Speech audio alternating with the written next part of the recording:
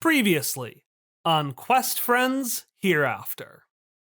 It's also been a month since the Necromouse infestation, Sparky solved the flooding the streets with necromice. but I'm going to hold a hard move about the fact that you have maxed out your credit card on Necromon cards. Yeah, that's fine. There is this movie premiering specifically today that Irene has been super excited about this movie, but the movie is PG-13.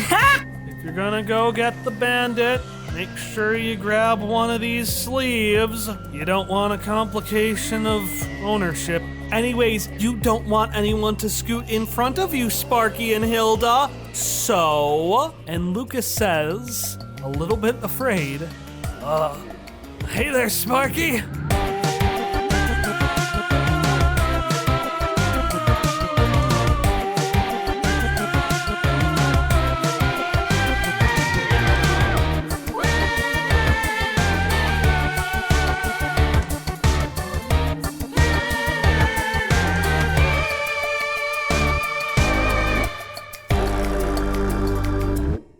Lucas, didn't see you there. And he looks around at all of the things adorned with his face on it, all the posters that say bang, and he's like, right. Didn't see you there either. Yeah, funny how these coincidences happen. Anyway, Hilda, let's go meet. Well, I have met him, but this is Hilda. She's a fan of yours. Hello. Oh, right. Hello there, Hilda. Oh, and just a moment of realization dawns on him, and he's like, "Oh, are you?" And he points to you and points to Sparky. Oh, no. I'm just her. She's my protege, if you will. Oh, a protege. That's Yes, she's learning the ropes of investigative reporting, and she is just as smart as a whip. Hi. I'm a big fan.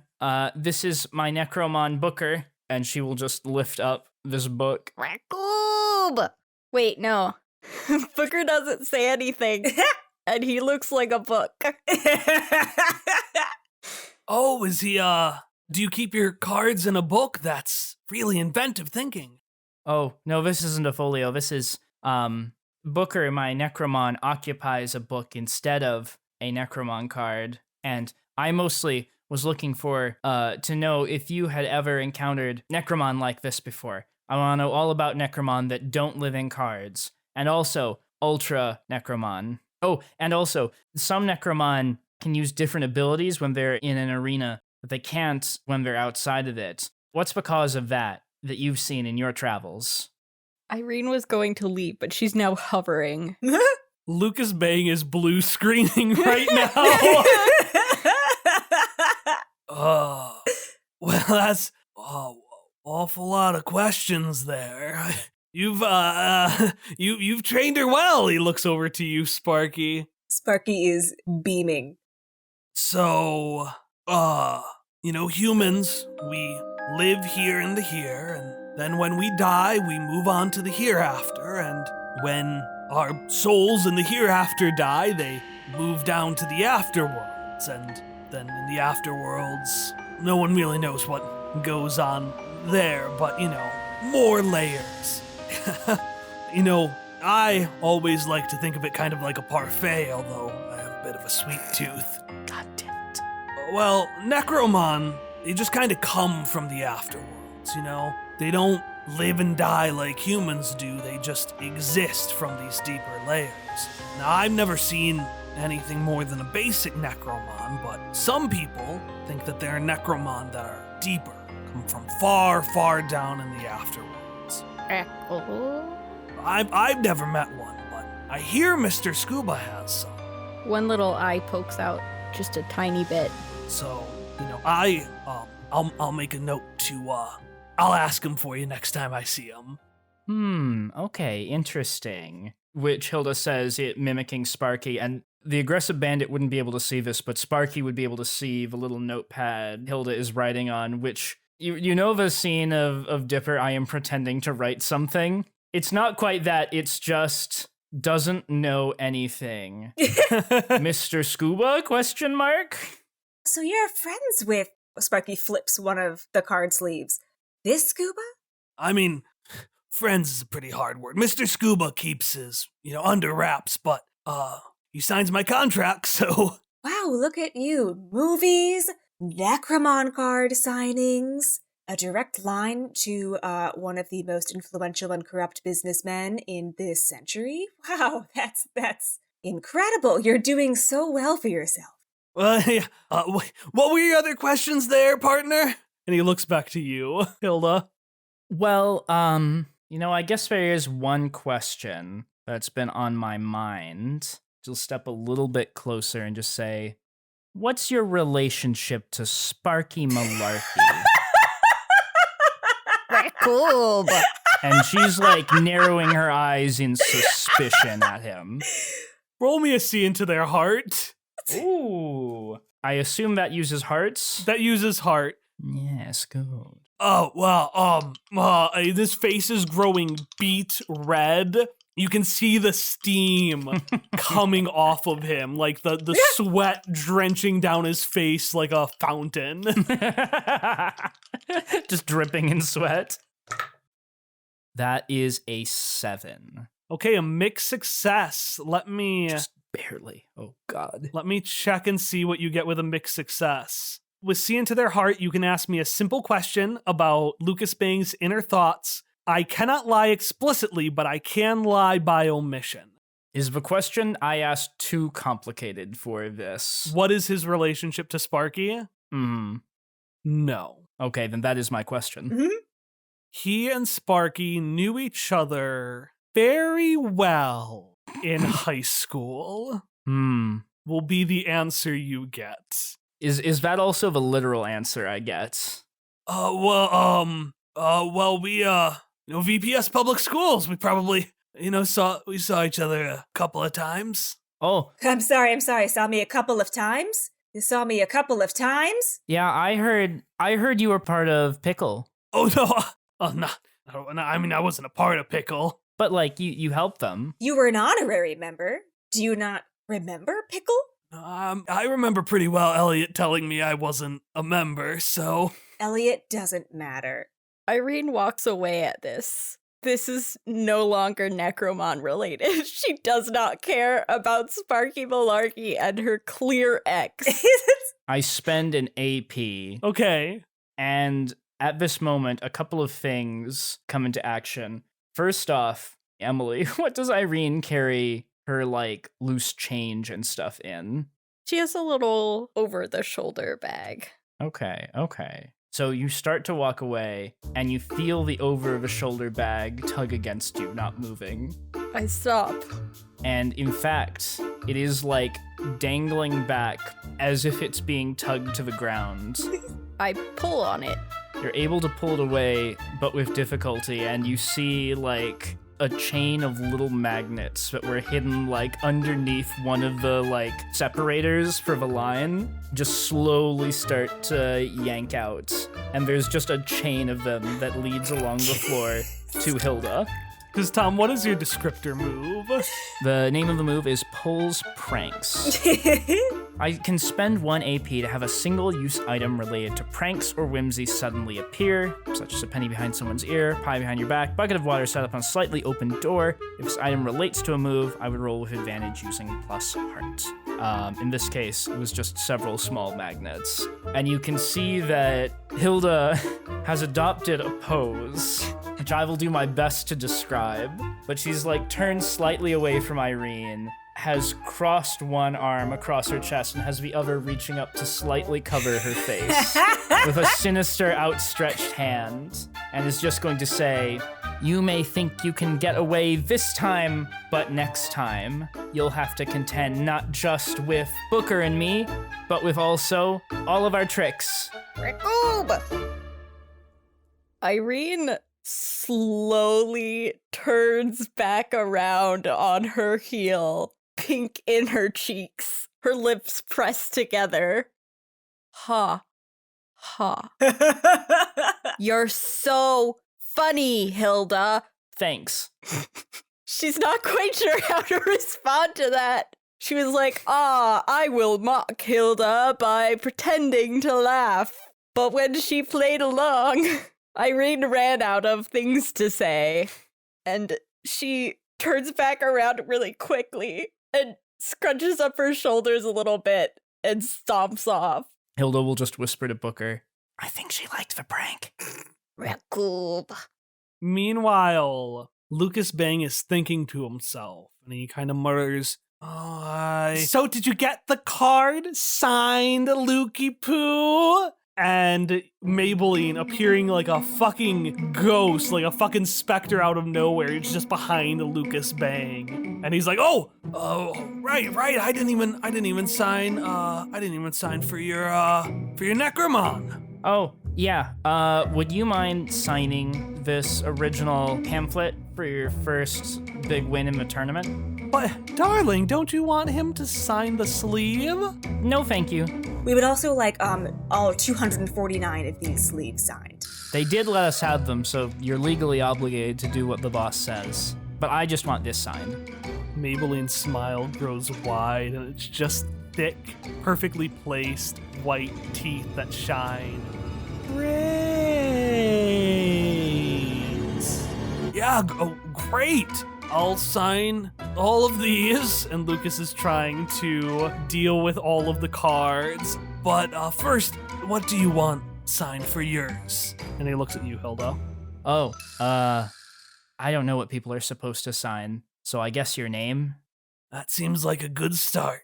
And he signs his name. Nice, thank you. Well, Maybelline, you're just everywhere, aren't you? Well, as Scuba Core's number 2, that's what I'm here for. Oh, you're Scuba Core's number 2. That is so not surprising. Well, you just know how to flatter a girl, although I guess you're used to seeing lots of impressive people. Relatively, of course. As a matter of fact, yes. And I have some very important meetings to get to, so... Oh, dear, though, you look so... That's not makeup, is it? You look so pale. Let me... Here, I was gonna save this for myself, and she's clearly talking about something she does not want. Yep.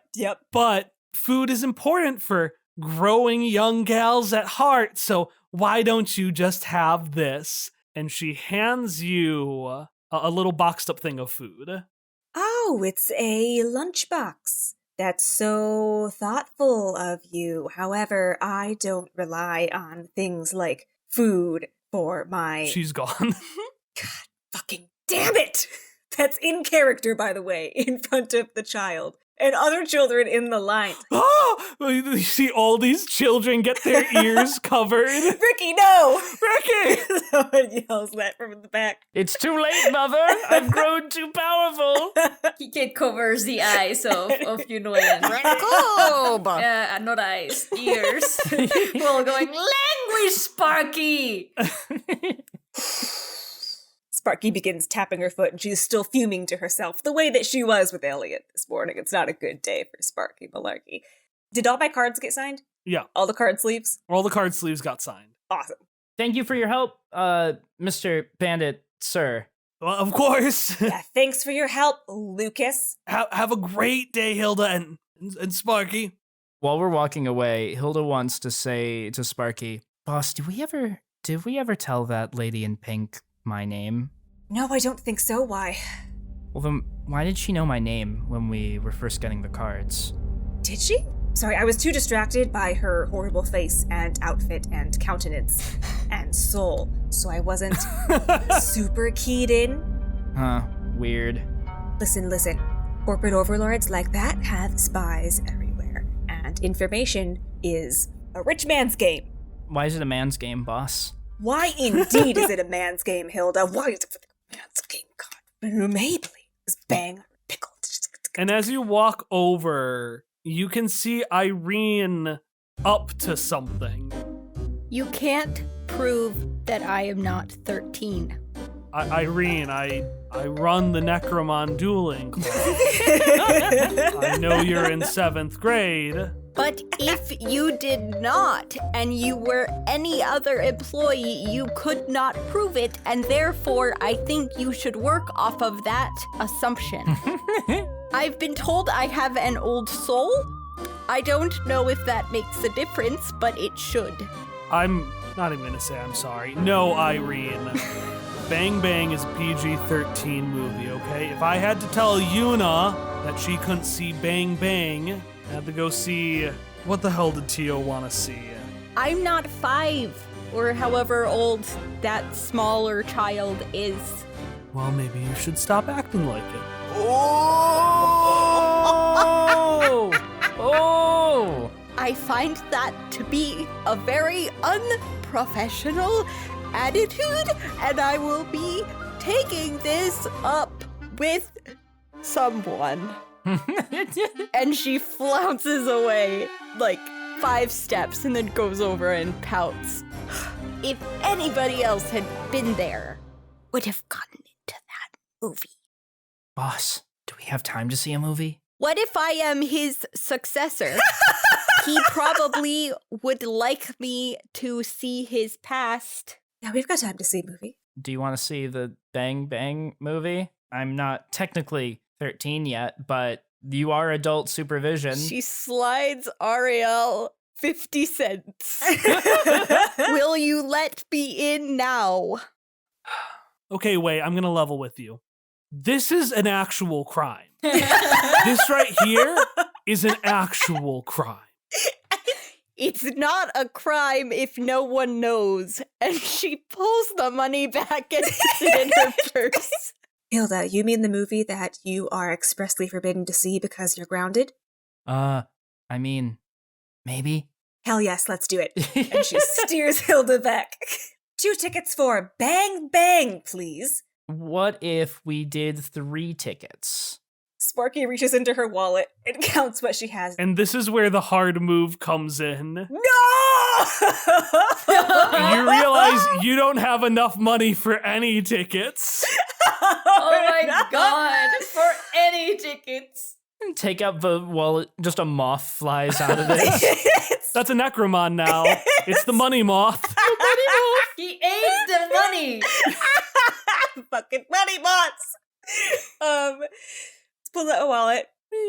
And then turns back to, was it Wei? Ariel. Well, Ariel Ariel. Wei. is just dude in Spanish. Okay. Ariel calls anyone younger than them Wei. I didn't know. I thought a new character and I had missed it. So I'm going to turn back to Ariel and... So listen, I just got this signed by the very legendary, very exclusive Lucas Fang. And it's probably worth the price of 2 movie tickets or 3. Why do we need 3? For Irene. Who? Hilda just points to Irene standing right there. Oh. Excuse me, I am also in line, and Irene has come up with a new ploy. She has a fake mustache on now. My name is I Spleen, iCardly. and I am 13 years old, and she puts her money back on the counter. Ariel looks back to you, Sparky. So I need the money in order to give you the ticket. That's how it works. You have my money for my ticket. I Spleen. Kyle, how much money could Hilda feasibly have after spending allowance on several things of printer paper? Can I make a move to roll to see if I have enough money for the necessary tickets? If not, I'm just going to straight up turn to Irene and ask if she'll pay for all 3 of our tickets. We can be your adult supervision. Sparky leans down to whisper in Irene's ear, "Hey, kid, you ever heard of quid pro quo?" Obviously, but if I hadn't, what does that mean? It means that if you do something for someone else will do something you. So, what I propose is I will get you into the movie if you pay for my and Hilda's tickets. Are you going to let me in? I Spleen. Are you going to let me in? Well, I Spleen, do you have an adult with you? No, I said I was 13. They look at Sparky. Is she with you? Are you with me? depends on if they let me in without you. She's with me. Cool. Then yes. Irene sighs, reaches into her purse, and puts the money down for Hilda and Sparky. You're an adult. Shouldn't you have enough money to pay for your own ticket? Why are you asking a 13-year-old to do that for you? Well, you're 13. Shouldn't you be able to get into a PG-13 movie by yourself? Well, I should, but the staff here seems to be under the impression that I am someone named Irene. Listen, kid, the world's gonna beat you down. And when the world beats you down, sometimes adults don't have money because they spent them all on blank Necromon cards that you can't even get signed because apparently that is a whole thing when you sign a Necromon card. Sometimes things don't work out the way that you want it to, and sometimes you end up seeing a movie about your ex with 2 children in a movie theater after you highly suspect your ex is dating a soulless pink monster. So this is a fair price to pay for getting in to see this movie. And that's why I don't have money. You owe me $7.50. Fine. Hilda just says, thank you. Yeah, well, I'm investing in your continued education as my rival. Looks like we've got a new rivalry, though. Which of us gets to take down the aggressive bandit Me. first? You didn't even let me finish. I didn't let you finish in our duel either because I won. Wow. Okay, so do you all want your tickets or? Yes, please. We're going in. Yes, we're going in. All right, cool. Tickets are for Theater 7, and you hear a little ding from the counter. Check that. Theater 8. You're in Theater 8. Great. Thank you. Thank you for your service. It was adequate. Kike, you are in the middle of having a wonderful time watching the movie Bennifer's Garden, a documentary about the band Bennifer. The B stands for Bones. Yunuen is trying to get into it as best she can. She likes the songs, that's fun. Although she definitely is focusing more on the card Lucas Bang signed for her. And you are the only ones there, so Kike, where would you sit in a movie theater? Well, obviously not too in the front because then you would have to, bend your neck too much in the back and you just can get a headache, and not too in the back because then you really can't see the screen super well. So just you can at a nice middle of the theater, especially because there's nobody there. So yeah, that's where they are sitting with some popcorn and some candy and some sodas. All of them for Yunuen because he doesn't really enjoy any of these things. Also, I want to note that Bennifer they absolutely make... What's the kind of music you like from Mexico that you really like? Oh my god. I guess rancheras, classic old-fashioned, Pedro Infante kind of music. Yeah, so it's a mix between... Vicente Guerrero type stuff. It's like a mix between that and the Beatles and Skeletons is what they are. Perfect. I'm not entirely sure how that would work, but it will work somehow. It's basically like one of those bands, but instead of having one guy as the lead, all 4 are equally as important. Perfect. So they're getting to the point where they're about to write their big song, Hey Dude. Hey dude. Are you doing anything in particular before we continue? He's just, vibing to these songs that are not too bad.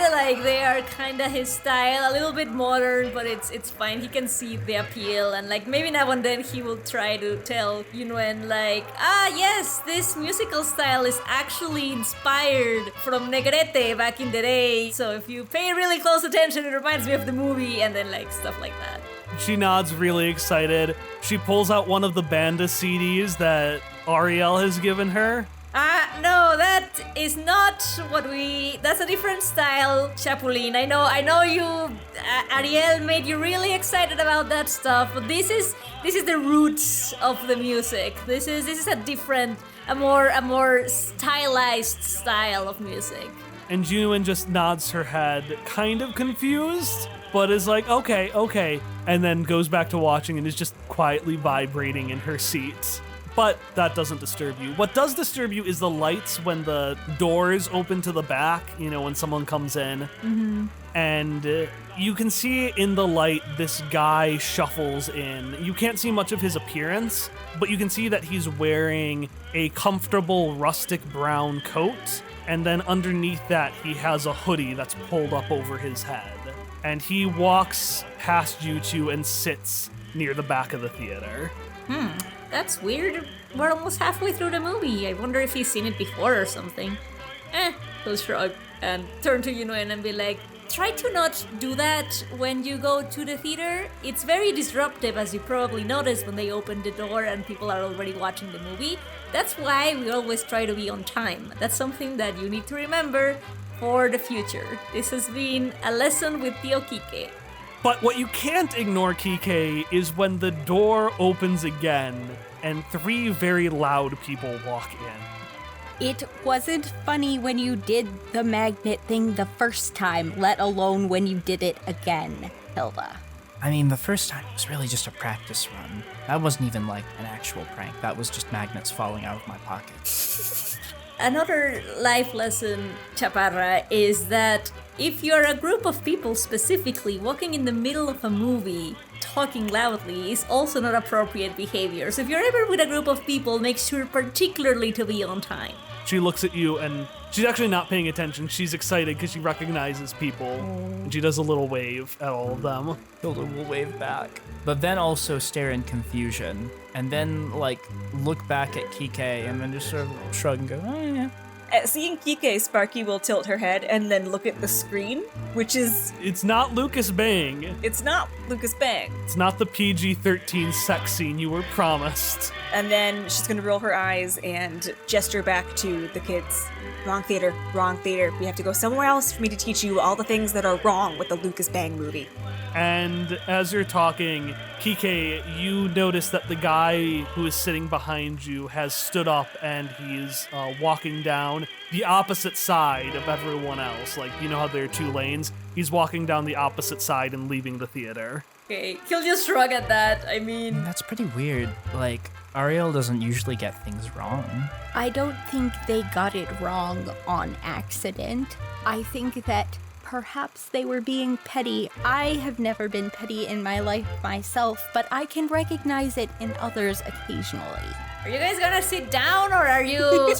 I'm sorry. No, it's the wrong movie. We're in the wrong theater, Kike! Go out! Some of us are in the correct movie and are trying to watch it. I'm very sorry, sir. This is the best song. Or enjoy your boring documentary. And as you say, enjoy your boring documentary, you notice that nothing is playing in the theater. Now what? Oh my god. And then he's gonna turn around and be like, hey, the movie stopped. What's going on?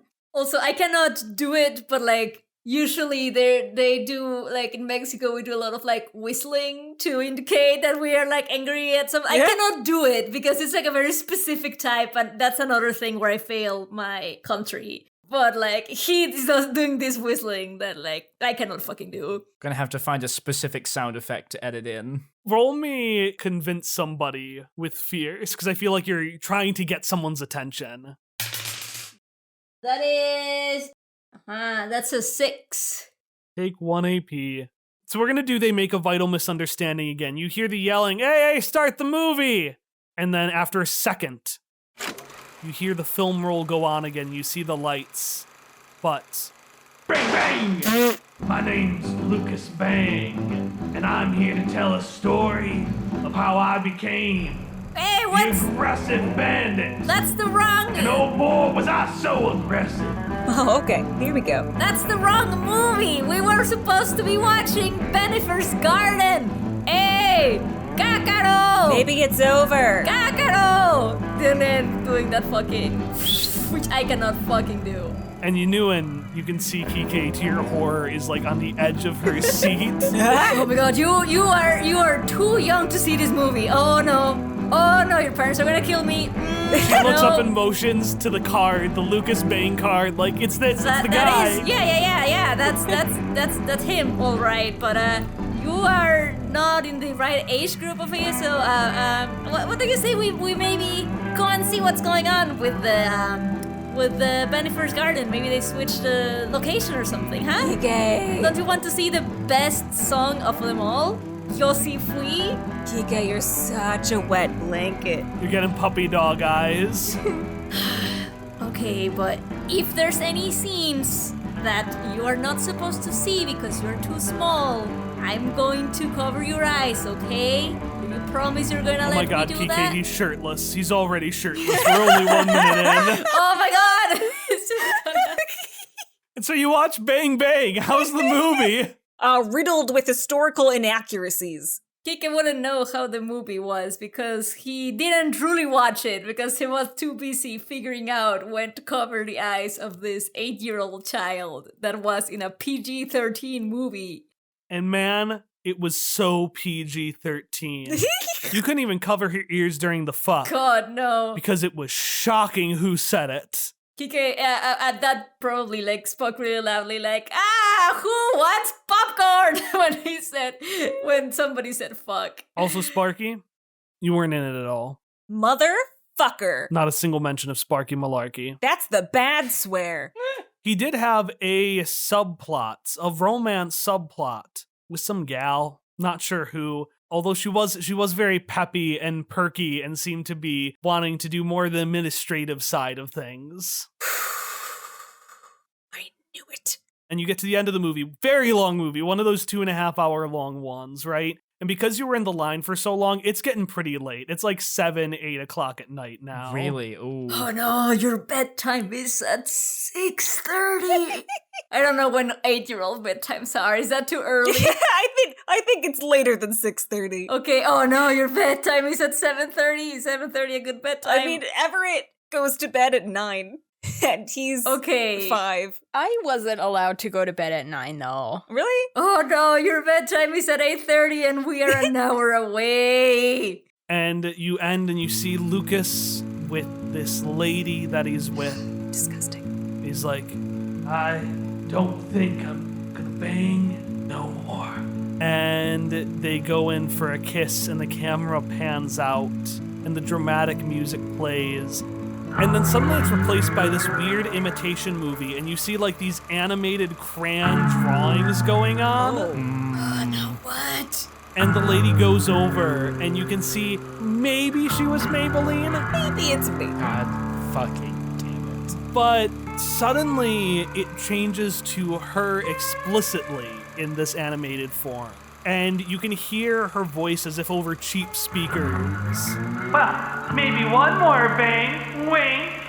And this other voice that you don't recognize replaces Lucas Bang's voice as he turns over and says, yeah, I guess one more bang will do. And the screen shakes as the Lucas Bang figure looks at all of you. And the little crayon bits reach out from outside of the screen, extending. And you see the outside of the screen, and you notice that it takes on the illuminated shape of a giant necro card. Jesus Christ. What? And out of this giant necro card comes stomping a giant Lucas Bang style necromon. And it goes, Gabe! Gabe? I guess Gabe is Bang backwards. Gnab! Gabe! Alright, and it's time for a confrontation. So the way confrontation works is that the monster has a goal. So this monster it's not named Gnabe. This Necromon is called Wardlet. Wardlet is a crayon-style Necromon that can take the form of something that is drawn on it. It's like a ditto. It makes a shape and then speaks as if it's that thing. Neato. And so this Wardlet, which again is now going by Bang, is gonna try to get you. Its goal is to stop one of you or retrieve something from one of you. What is your old goal? Get out of the theater. To leave the theater? Yeah, once Kike realizes pretty quickly that this is not part of the movie, the goal is to get Yunuen and him, but mostly Yunuen first, out of the theater. to prove myself against this unknown Necromon that seems powerful, let me get out my Necromon. Catch the alpha! No. You're gonna have to drag her out of here. And I'm gonna set each clock at 4. It's equally difficult for you to get out as it is for the wardlet to catch you. So it's 4 clocks for each of you. To set the scene, the wardlet, the bang is reaching out, and it is the size of a theater Christ. as it's trying to stretch itself out from this giant card. All of you are there. Yunuin is really excited. She is like bouncing. No. She's actually stood up and she's holding onto the seat in front of her. She is super hyped. No, Kiro, this is not an exciting situation. We need to go out, to get out now. We have to. I don't think this is part of the movie anymore. We have to leave now. Rickle! Booker is flipped over on his little crab legs, standing protectively in front of Hilda. Sparky is taking pictures. Malaya, go! Liam! And Irene is like fully just, let's duel. It's time to duel. Malaya is ready to go. I imagine that Malaya is always ready to go. So this is like, he doesn't need to be told twice about being ready to go. Are you gonna have Malaya do anything in particular, or are you just gonna have Malaya go and fucking try to sock this thing? I was gonna try to have Malaya do its signature move. Okay, so yeah, outside of combat, your signature attack is a Necromon trainer move, Elemental Blast. Roll your Mon's signature stat to harness their element. Based on that signature stat, the effect may change. And for Fierce, it is, Fierce is an attack. Yeah. So what exactly do you want Malaya to do? I want Malaya to pin it down, and then I can put it in a card. I don't like the cards, but this looks like it's going to eat us all, so... Since I am invested in Malaya, can I spend an AP to like give some advantage to this roll? Yeah, you can spend an AP to give advantage on a roll. Typically, as a character, you would have to justify why you as a character were doing it. I'll say because you play Malaya, you can just give that without explaining why Kike helps. Okay. And the way rolling with advantage works is instead of rolling with 2 die, you roll with 3 and you take the result of the top 2. Disadvantage works the opposite way. You roll with 3 die and you take the results from the bottom 2. Mm-hmm. But I give advantage with AP. Okay. Because Malaya is just so ready to go that like, he's just on this. Like, I don't care what the order is, let's go. Malaya, turn it to mush! Alayam! So it's an 11. Okay, a full success. With a full success, you are able to fill your clock by 1 point, or you can inflict an effect on the monster. Effect would be something like making all future rolls +1 ongoing, or stopping the monster from being able to do something specific, or... I have one idea, because it's big, right? Yeah. So what if it was like hampered somehow speed or roll wise by having Malaya just holding on to one of its legs and having to drag Malaya along as dead weight? Fucking love it. Malaya goes to jump on it, but can't fully get on it, so instead just grabs one of the thing's legs. And your clock doesn't fill, but it is going to be easier for you to do any subsequent roll related to escape. You should probably leave. I wouldn't want anyone to get caught in the crossfire of my battle. Crossfire's my job, kid, Sparky says as she continues to snap pictures with the small Polaroid camera I just decided she has. This is the real Bang Bang movie, and she's gonna make a bangin' buck on it. But while I'm taking, I would like to turn the flash all the way up. I want to see if I can hamper this monster's sight. Everybody close your eyes! And then I boop boop, and I just crank it up. I think that's also take a swing because you're attacking it. So yeah, roll me fierce. All right. Okay, so I got a 5 because I have a -2 in fierce today, according to my pre-game rolls. However, I did get an AP because of my can't learn unless you try ability. So I have 3 of those suckers now. And you take another one for a failed roll, so the wardlet goes, Nabe! And it slams the ground, and the little bits of Crayola crayon on it reach out, and they lock over the doors on the way out of the theater. Oh. And it fills its clock by 1. So your clock is 0 out of 4, and its is 1 out of 4. Great. But you said that the door's closed? Yeah, it's blocked the doors with the crayon stuff. Did Hallie get any of the benefit from Malaya on that roll? No, because Malaya only helps if you try to escape, and Hallie was attacking. So you said one of the things we could do with AP is to have something or someone be there. I want Lucas Bang to burst in. I was gonna do that with my AP! Like the Kool-Aid Man. I was gonna ask if Lucas Bang could just Kool-Aid Man through the wall and be Lucas Bang. I don't know. Be a hero, man. Be the aggressive bandit. All right, so the monster goes, and the crayons go out, and you are Sparky. Oh! And down at the bottom, one of the doors is opened up, and Lucas Bang is there. So you get your clock filled by 1, because you now have a means of escape. And he's like, what's going on here? Is someone in there? Yes, Sparky Malarkey is trapped by a Necromon. I am not. Trapped by a Necromon? What are you talking about? Oh! Another thing flies past him. And so he's slowly making his way in. All right. So Lucas Bang entered, he bursted through the wall, right?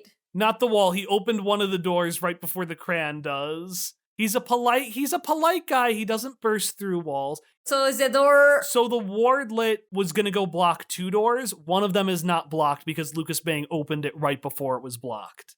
Because otherwise Kike is gonna carry Yunwen and run towards that door before Do it is blocked again. Yeah, get the little baby out! Baby. Save this baby. Yunuen is just bouncing.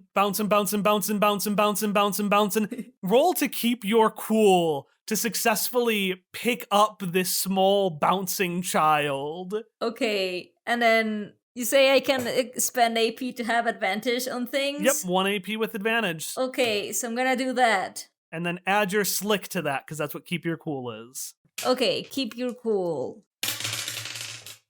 Yeah, so that would be a 6. Okay, so normally that would be a failure, but with the +1 from Malaya, your 6 goes up to 7, making that a mixed success. So you keep your cool, kind of. But it isn't going to be as simple as picking Yunuen up and just running. Because you struggle to grab her because she's just so excited. And she's like pointing, she's like, she's reaching to grab the pick to fight with. Okay, yeah, so he struggles because she's vibrating, but then also because he sees the card and like kind of gets the idea. So while he's trying to pick her up, so he's like, okay, so this thing can run really fast, right? Do you think he can come out to play a little? To go all the way over there and points at the door? And Yunuen nods and takes out the pick. Kip, kip, kip, kip. All right. And so he's gonna look at the pick. And if this requires another roll, that's okay. But like kind of channel his... I mean, he remembers what Hilda said about Toucan also being a Necromon. So he's gonna like channel that like relationship. Imagine that it's Toucan and be like, okay, little thing. You think you can take Yunuen and run towards that door? You know, just like a little tiny horse? Because you are not a horse at all. I mean, I would never call you horse. Unless you want to. But you know what I mean, right? Like, Kip. The pick doesn't understand a word that you say, but it sees the giant monster and fucking bolts the other way with Yunuen in tow. Córrele como la chingada, córrele. Oh, that thing is on fire. What's going on here? You hear Lucas Bang say as the now flaming pick and Yunuen run off, which gets you a clock point through because someone got out, but it also fills the monster's clock because that wasn't who it was targeting. Kike doesn't care. But also, Kike totally swore, because I just totally said a swear word in Spanish. He just hopes that Yunuen didn't hear that. But that's a later problem. What happens next? We just got attacked by a necromon, Mr. Lucas Bang. Wait, there are kids in there? Well, one of them got out, but there's another one. Her name is Hilda. Wow. What? You're younger than me.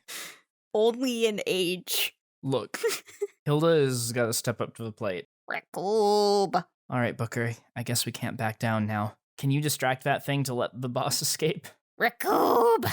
Hilda pulls the printer paper out of the backpack, hands half the stack to Booker, and says, just like we practiced. Yes, yes. And the two of them are going to charge and, fling sheets of paper at this creature to disrupt and distract it and allow everyone else to escape. Racoob. So yeah, give me a roll for take action. And just for kicks, I'm going to spend an AP for advantage. That's a 12, not natural. Almost, Melita. Yeah, how do you distract this thing? All right, so Hilda runs down one aisle. Booker, I imagine, is just hopping from seat to seat down the other, and they are just flinging paper at this thing. Booker has grabbed a bunch of the sheets in bits of the book and is just spitting them out every so often. Racoob. Racoob. Racoob. Racoob. While Hilda is just trying to fling them dramatically, which is often failing, but is most certainly very inspired and is disrupting the Necromon. The air around it is now filled with papers, and it is just trying to slap its way through them with its little oddly two-dimensional limbs. And it's slapping through, and you can see the bits of paper are slowly getting on it. It's rubbing the crayon bits off onto the paper. As this thing gets smaller and smaller, and you're at the end. Your clock is filled by 3, it's filled by 2, and it's reaching out at you, and it sees Booker, and it starts reaching out at Booker. And as it goes to reach, you hear a deep guttural, Timberara! Timberara! As this giant, distressed-looking frog in a tutu Oh, it's a tutu frog. emerges, and with its foot slams the head of this crayon monster, which hits the side of the wall, splattering the crayon onto the wall itself, leaving behind just a few scrapes of the actual monster below.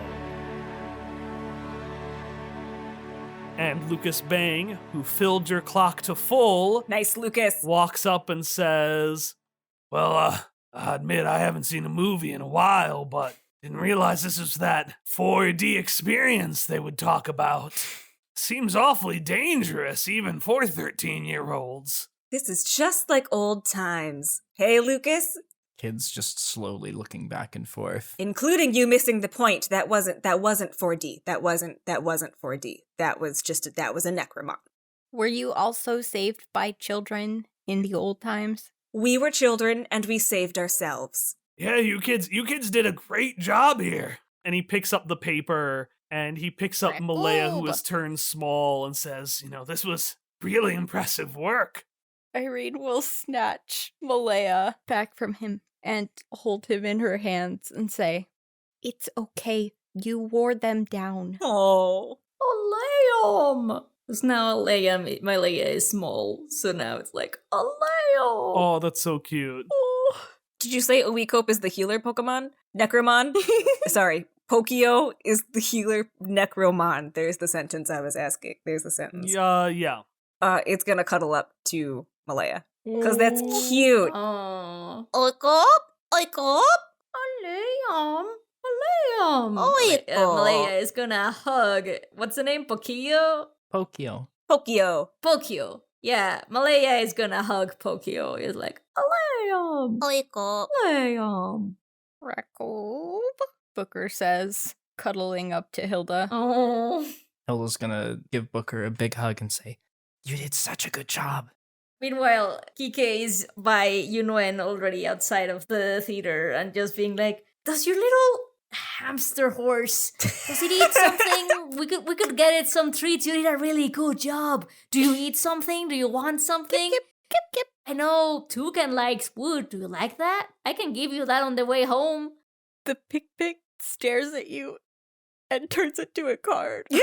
Well, that didn't work that well, but hey, we are way, way, way past your bedtime. We need to go now. And he's just gonna leave. Probably catch a ride from Ariel. Yeah, they waited for you. They knew. Hey, I'm sorry. I intended to take her back beforehand, but I don't Yep, know what that's- what right. was the That's right, Tio.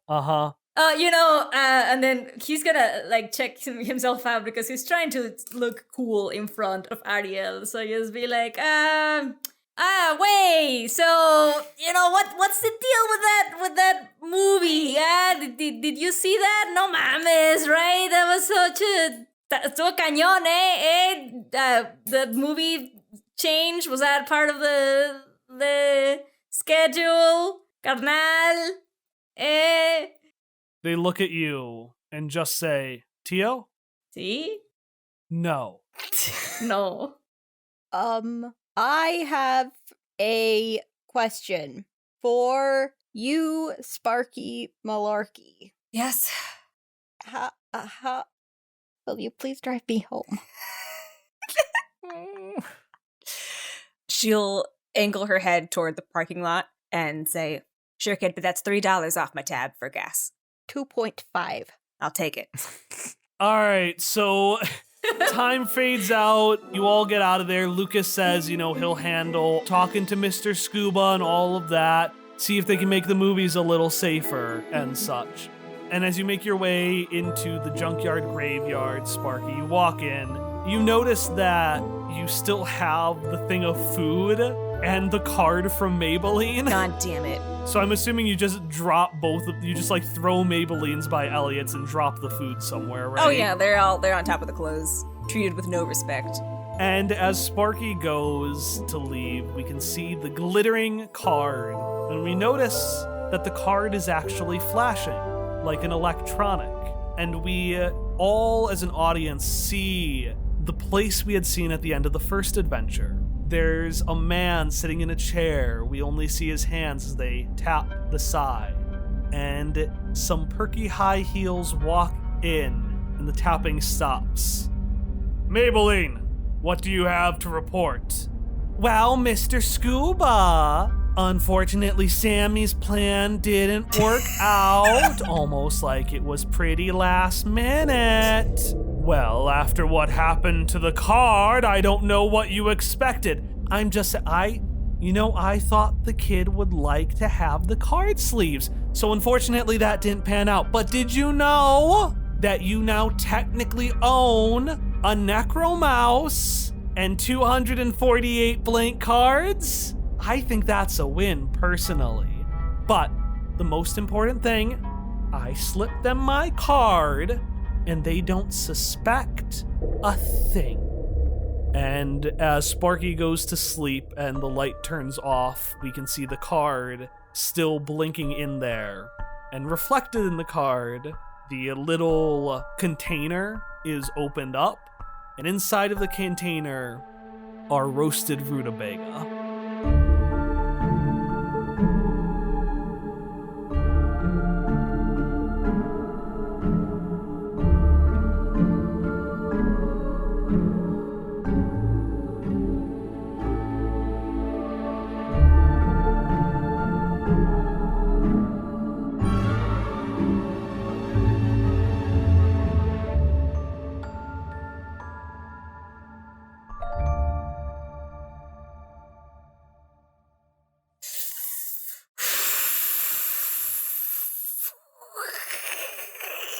And that's it. That's the end of the session. I know that was a pretty forced big monologue, but I wanted to be like, there's rutabaga in this thing, Hallie. Well, she was too mad to open it. She doesn't need such paltry things as food to keep her brain and beauty going.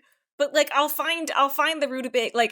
I'm gonna open it. It's just that a lot happened, and she's really mad right now. But I would plan to open it later. I almost want to edit in a post-ending stinger of Hilda doing a little post-it note at home labeled Maybelline suspicious.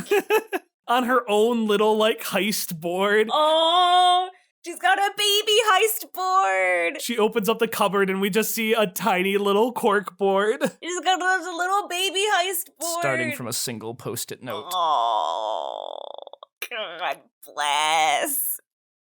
I do love that Ariel had such a bad time. That pleases me. Like, even if it's not Kike who is having a bad time, one of Kike's relatives is having a bad time. I respect that Kike's family is just constantly dealing with everyone's shit. With other ones, I might do more. It's just, I was like, we should probably end this with, something happening and not just, and you went to the signing and you all went home. Kind of like how Cardcaptor will just out of fucking nowhere be like, here's a cloud card in the last 5 minutes, Sakura. Fuck you. Do you catch it now? Like, I was just having a day at those. Fuck you. The cloud card is here now. Catch it, asshole. But I'm pleased I got to say a very Mexican phrase that I just remembered when Kike screamed at the projector guy, because that word is like literally what we scream when a movie is not being projected or is projected wrong. Like, really specifically that word is used for that specific thing. And if you look it up, it says that it's something specific to Mexico too. Incredible. I just thought about it. I was like, that's right, we scream "Cácaro" so that they fix the movie. Cácaro. That's so good. And I remembered on time this hyper-specific thing. So that's a thing that you should keep when you edit. Oh, wake up! Oh my god, is that the voice? I wake up! It's my Pikachu voice, but saying different words. Pikachu!